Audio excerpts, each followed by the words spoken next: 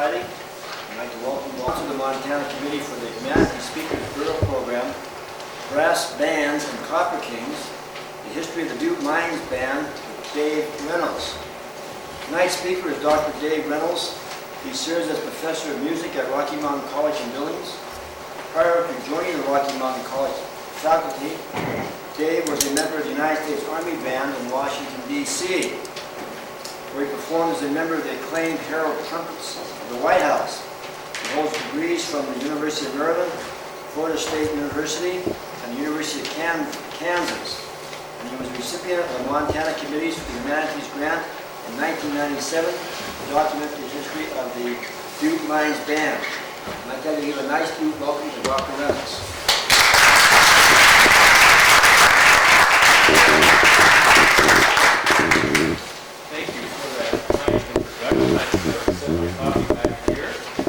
And I hope some of you are aware of how humanities presentations, when they're part of MCH, go about taking place.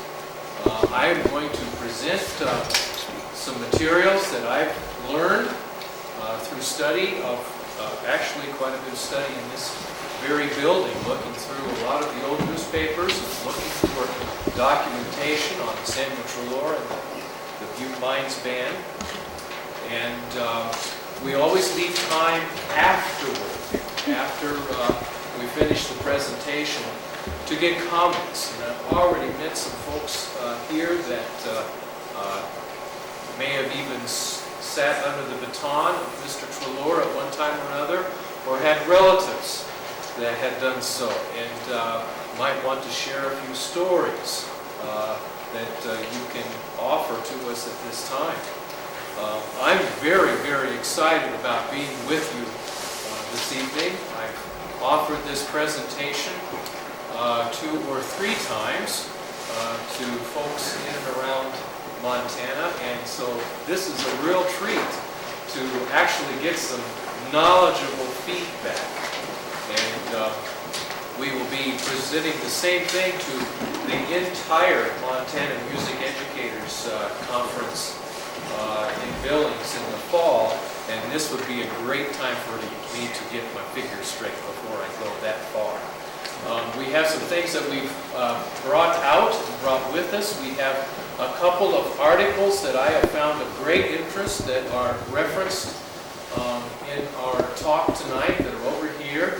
We have some photographs that I have found over at the World Museum of Mining and also at the Helena Archives, the State Archives. We have Samuel's obituary open right behind here, and then something that I had not seen till tonight, which is the original incorporation charter of the Butte Mines Band.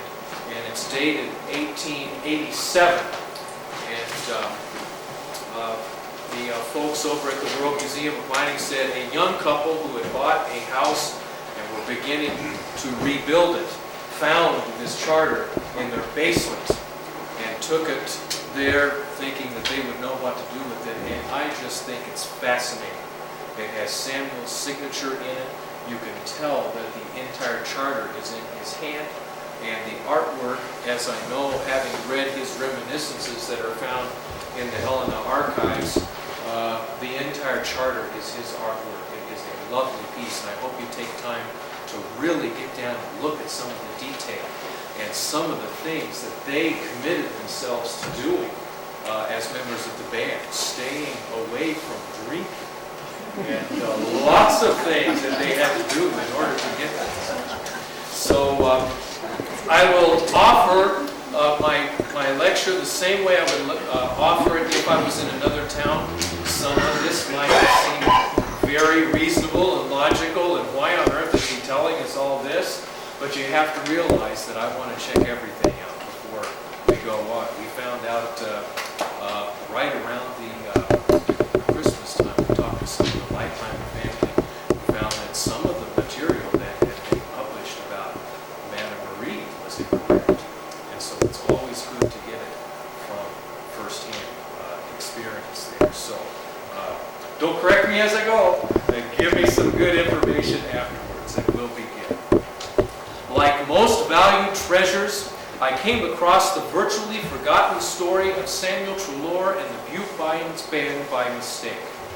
My wife and I were visiting Butte's World Museum of Mining during a vacation in 1992, when we found sitting among the gambling tables and mining relics, other memorabilia, an antique marching bass drum. On its shell, painted in a forgotten Victorian script, were the words Reduction Works Band. It was a most beautiful instrument and had obviously been taken care of by its owners.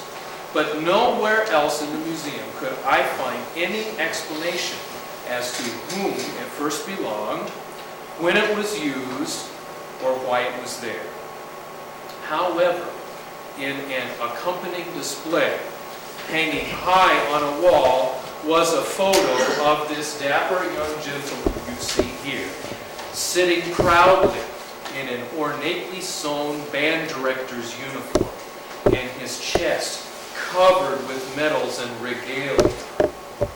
A caption accompanied the photo, began to solve the question of the bass drum. It proclaimed that Butte was once the home of Samuel Treloar, a first-generation Welsh immigrant, and that he was known from coast to coast as the Sousa of the West. Well, it is a generally accepted fact that many a territorial mining town during the Great Westward Expansion usually had local musical entertainment, but rarely a brass band with national credentials.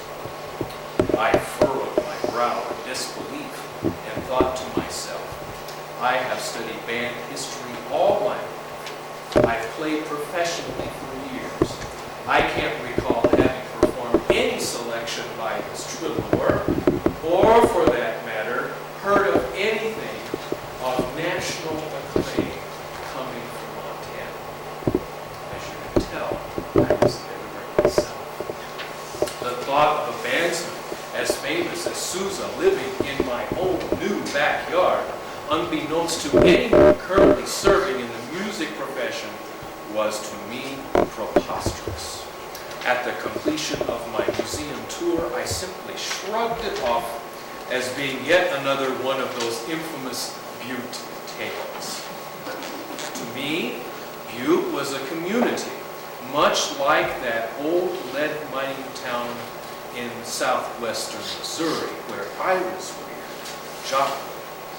Towns like these often have difficulty defining their place in the present, and in order to develop some sense of community pride, often overstate the grandeur of the past. Well, as you can see, I am one who often has to come to grips with my own stupidity. I pledged to myself that I would learn of the history of Butte, especially its musical history, even if the food served at the M&M might kill me. I am glad to announce that I survived the M&M, and I actually enjoyed my stay in Butte immensely because I uncovered much more than I ever expected. This mysterious band director, whose portrait hung high in a museum, and the band he founded, is an important part of Butte's amazing musical heritage. In truth, Butte, America was at one time the largest live stage between Chicago and San Francisco.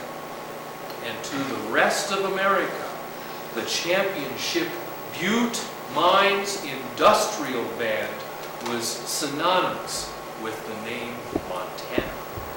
Its members were often first-generation immigrants, underground miners of ore, and smelters of copper and silver. They were not unlike my own Ozarkan ancestors who worked in the lead and zinc mines by day and meant to play music at night. So this is the story I wish to share with you this evening. That it came to pass that young and old of many lands gathered in Butte for reasons other than making music, and then dedicated every spare moment to it.